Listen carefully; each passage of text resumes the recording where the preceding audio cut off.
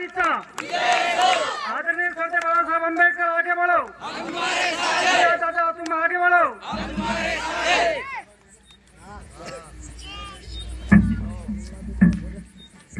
अलग निरंजन, अलग निरंजन।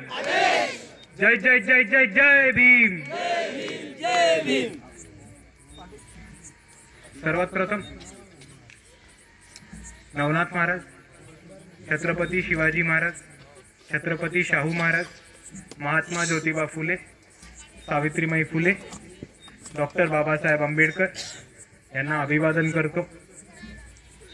उपस्थित मंचावरती सगळे मान्यवर, इकडे जमलेले सगळे माझ्या बंधूंनो, भगिनींनो, माता भगिनींनो आणि या चळवळीतल्या साथीदारांनो, तुम्हा सर्वांना माझा जय भीम।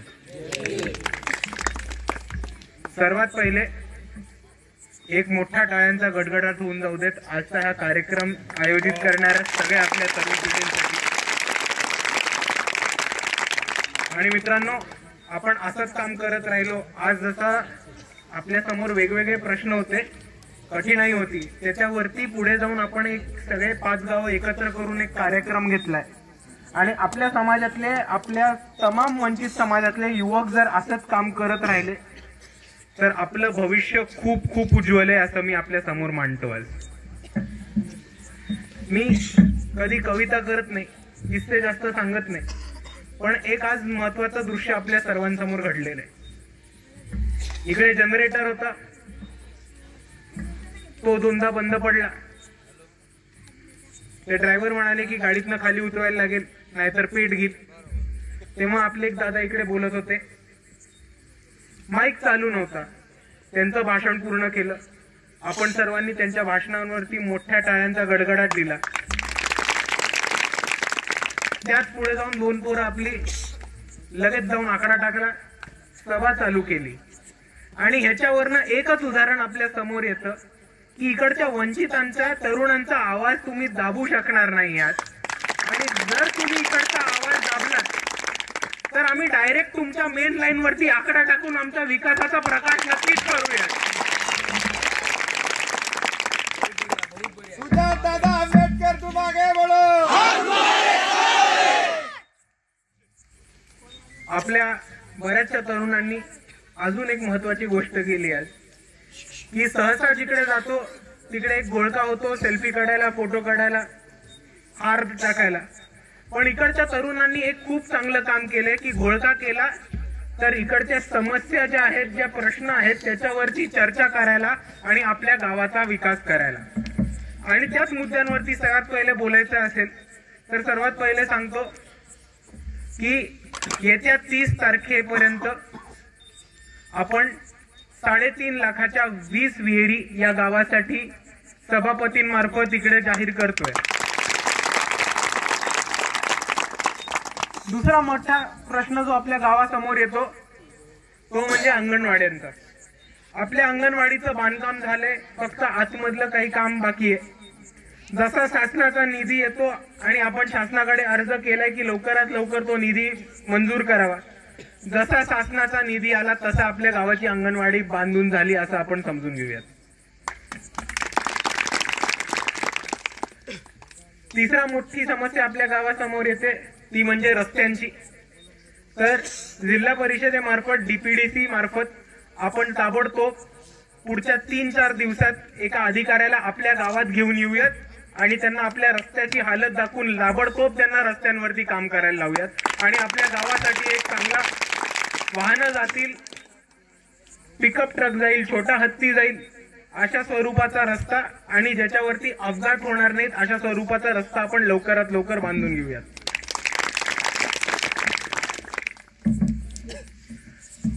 आपण पंचायत समिती मार्फत आपल्या गावासाठी 5 लाखापर्यंत निधी उपलब्ध करून दिलाय आपल्या गावाच्या नाल्यांचा प्रश्न सोडवायला।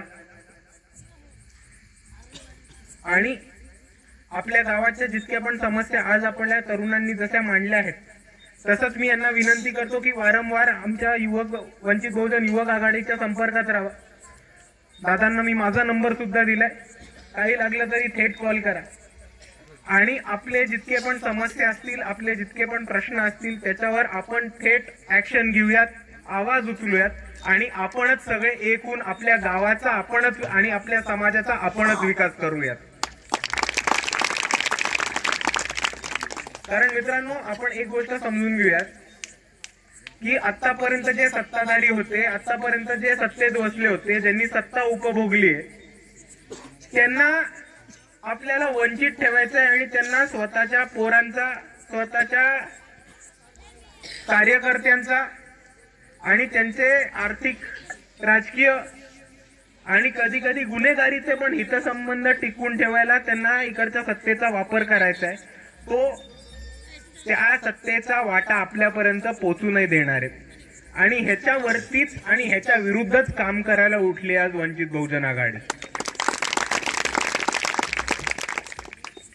आपण जर बघितलं असेल तर या महाराष्ट्रामध्ये आपल्याला दोन चित्र दिसतात. एका बाजूला प्रस्थापित श्रीमंत उच्चवर्णीय उच्चवर्गीय लोक दिसतात, ज्यांनी जे महाराष्ट्राचे फक्त 20% आहेत, जे फक्त महाराष्ट्राच्या 20%चं प्रतिनिधित्व करतात. आणि दुसऱ्या बाजूला आपल्याकडे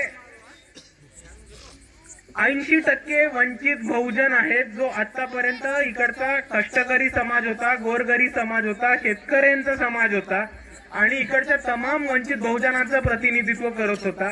ज्यांना ह्यांनी जे हे जरी 80% असले तरी त्यांना इकडचा 5%चा पण सत्तेचा वाटा या इकडच्या सत्ताधाऱ्यांनी देऊ नाही दिलाय. म्हणून त्याच्या आधी एक चळवळीचा महत्वाचा नारा होता की जिसकी जितनी संख्या भारी उसकी उतनी भागीरदारी. पण मित्रांनो, 2019 पासून वंचित बहुजन आघाडीने हा अख्खा फॉर्म्युला बदलून टाकलाय. आपण जर 2019चं मतदान बघितलं असेल तर कैकाडी, पारधी, घिसाडी, मसनजोगी, कुडमुडा जोशी यांचा ज्या समाजाचं एका लोकसभेच्या मतदारसंघामध्ये 20-20 हजार पण मतदार नव्हते, त्या समाजाच्या वंचित बहुजन आघाड्यांनी 1.5-2 लाख मतदान घेतलंय. आणि खास करून हा मुद्दा आपल्या समोर मांडतो की ह्याच प्रक्रियेमुळे आज चळवळीचा नारा थोडा बदललाय आणि तो असा झालाय की अगर ना भी हो संख्या भारी फिर भी मिलेगी भागीरदारी. म्हणूनच आज जो वंचितचा उठाव झालाय त्याच्यामध्ये हाच निर्णय करणार आहोत आणि आमचा हाच प्रयत्न राहणार आहे की एक आमदार नाथजोग्यांचा, एक आमदार मसनजोग्यांचा, एक आमदार गैगाड्यांचा, एक आमदार धनगरांचा, एक आमदार माळ्यांचा, एक आमदार मुसलमानांचा, एक आमदार दलितांचा, एक आमदार आदिवासींचा, एक आमदार कोळ्यांचा, एक आमदार तेल्यांचा, इतके सगळे प्रतिनिधित्व करू. आपण सत्तेत जाऊ आणि सत्तेची तिजोरी हातात घेऊ. ती सत्तेची तिजोरी हातात का घ्यायची आहे? आपणच आपल्या समाजाचं, आपणच आपल्या गावाचा आणि आपणच आपल्या समूहाचा विकास करायला. कारण आतापर्यंत जे सत्ताधारी होते त्यांचा हेतू हाच आहे की इकडच्या वंचितांना वंचित ठेवणं, इकडच्या गरिबांना गरीब ठेवणं आणि सत्तेचा वापर करून स्वतःचे खिसे भरवणं. आणि जसं आम्ही म्हणतो की हे प्रतिनिधित्व सगळ्या जाती समूहात जायला पाहिजे, तसंच या युवक आघाडीच्या समोर मी एक गोष्ट मांडतो की तसंच आमचं हे पण म्हणणं आहे की हे प्रतिनिधित्व युवकांकडे जायला पाहिजे. म्हणूनच विधानसभेचा जर आपण आकडेवारी बघितली असेल तर वंचित बहुजन आघाडीचे असे 25 उमेदवार होते ज्यांनी विधानसभा लढवली. एक 30-40 हजार मतं घेतली प्रत्येक विधानसभेमध्ये, जे स्वतः 30 वर्षाच्या खाली होते. आणि हे 30 वर्षाच्या खाली असणारे युवक कोणत्या तरी आमदाराचा पोरगा नव्हता, खासदाराचा भाचा नव्हता, उद्योगपतीचा नातू नव्हता. तो तुमच्या आमच्या सर्वांसारखा कष्टकरी सर्वसामान्य गोरगरीब कुटुंबातून आलेला व्यक्ती होता, ज्याला वंचित बहुजन आघाडीने उमेदवारी दिली, ज्याला वंचित बहुजन आघाडीचं धोरण पटलं आणि इकडे तमाम वंचितांची ताकद एकत्र करून त्यांनी इकडच्या भाजप RSS ला त्यांच्या घरी जाऊन टक्कर द्यायचा प्रयत्न केलाय. आणि मागच्या वेळेस टक्कर दिलीये. यावेळेस त्यांना सत्तेच्या बाहेर उचलून फेकून देऊ एवढं तुमच्या समोर मांडतो. आणि एक गोष्ट मला इकडच्या तरुणांसमोर मांडायची. आता माझ्या आधी भाषण करणारे एक दादा म्हटले, बहुतेक चव्हाण साहेब होते, नाही आपणच बोललेलं ते, की या समाजामध्ये आता एक 10% अशी लोक आहेत ज्यांनी शिक्षण घेतलेले. पण दादा, इकडच्या सरकारचा जरा गेम वेगळा चालू आहे, आपण समजून घेऊया. आज जिल्हा परिषदेच्या अंगणवाड्या, जिल्हा परिषदेच्या शाळा आहेत, इकडचं सरकार ते बंद पाडण्याचा प्रयत्न करते. 5 जिल्हा परिषदेच्या शाळा बंद करून एक क्लब करणार आहेत मध्यवर्ती, आणि त्या मध्यवर्ती क्लब इकडच्या कॉर्पोरेट सेक्टरला चालवायला देणार आहेत. तो कॉर्पोरेट सेक्टरला परमनंटली नाही देणार, ते एका ठेक्यावरती देणार आहेत. आता सर्वात पहिले मला एक सांगा की झडपीच्या जिल्हा परिषदेच्या शाळांचं खाजगीकरण होतंय कशाला, आणि ते होतंय तर इकडच्या कॉर्पोरेटला कशाला देत आहेत चालवायला, ते पण देत आहेत ठेक्यावरती. ठेका संपला, कॉन्ट्रॅक्ट संपला की मग काय होणार, इकडचे सत्ताधारी ती जागा हडप करणार आणि त्याच्यातनं पैसे कमवणार. आणि आपली पोरं शिक्षायला काय करणार, त्यांना शिकायला नाही लागणार, त्यांना शिकायला जागा नाही राहणार आहे, आणि मग आपल्या पोरांना बोंबलत बसायला लागणार आहे. अशी परिस्थिती इकडचे सत्ताधारी उभे करतात. दुसऱ्या बाजूला आपण पश्चिम महाराष्ट्रामध्ये, विदर्भामध्ये, मराठवाड्यामध्ये कधीही फिरा, आपल्याला दररोज प्रवास करताना रस्त्यावरती पोरं पळताना दिसतात की नाही? ती कशासाठी दिसतात? आर्मीसाठी, पोलीस भरतीसाठी ट्रेनिंग करतात. इकडच्या शेतकऱ्यांच्या, गोरगरिबांच्या, कष्टकरी समाजातल्या तमाम आई वडिलांची ही अपेक्षा असते की आपला पोरगा ट्रेनिंग घ्यावं, शिकावं, आणि स्पर्धा परीक्षांमध्ये जाऊन किंवा वेगवेगळ्या मार्गांनी त्यांनी स्वतःचा विकास करावा, अधिकारी बनावं, एक सरकारी नोकरी उचलावी. पण आज या सरकारी नोकरी स्पर्धा परीक्षेच्या मार्फत लोकांनी घेण्याचा रस्ता इकडच्या सरकारने बंद केलाय. कारण इकडे ह्या लोकांनी कंत्राटी भरती जेव्हापासून चालू केली आहे, त्यांनी आपल्या पोरांच्या नोकऱ्या ठेक्यावरती द्यायला सुरुवात केली आहे. आणि आपण जर ह्यांचं षडयंत्र समजलं तर बाबासाहेबांनी आपल्याला सोपं एक नारा दिला होता की शिका, संघटित व्हा आणि संघर्ष करा. यांना आपल्या संघर्षाची भीती वाटतेय, आपल्या संघर्षाचा विचार करूनच त्यांची टार फाटतीये. म्हणून यांनी काय षडयंत्र रचलंय, यांनी हे षडयंत्र रचले की ह्यांचं शिक्षणच थांबूयात, यांचा विकासाचा मार्ग बंद करूयात, आणि यांनी या समाजांनी कायमस्वरूपी गरीब राहावं, वंचित राहावं आणि इकडच्या प्रस्थापितांच्या खाली जगावं, म्हणून त्यांनी हे षडयंत्र उभं केलंय. पण मित्रांनो, तुमच्या समोर एक गोष्ट मांडतो की आम्ही ह्यांचं षडयंत्र पूर्ण होऊ देणार नाही आहोत.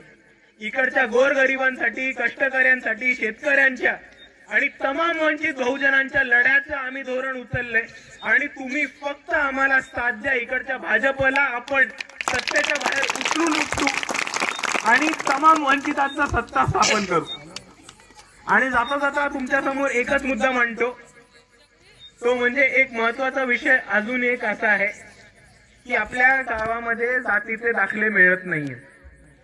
आणि हा फक्त आपल्या गावाचा प्रश्न नाहीये, तर हा प्रश्न तमाम महाराष्ट्रातल्या भटक्या विमुक्तांचा प्रश्न आहे. आणि म्हणून आम्ही म्हणतो की वंचित बहुजन आघाडी एकदा विधानसभेत आली की कायदा बनवून तमाम भटक्या विमुक्तांच्या जातीच्या दखलाचा प्रश्न हा आपण महाराष्ट्र सरकारमध्ये कायदा बनवून, GR बनवून पास करून घेऊयात. आणि जितके पण भटके विमुक्त असतील, वंचित असतील, त्या सर्वांचा विकासाचा मार्ग उघडा करूयात. एवढं म्हणून मी माझे 2 शब्द थांबवतो. जय भीम.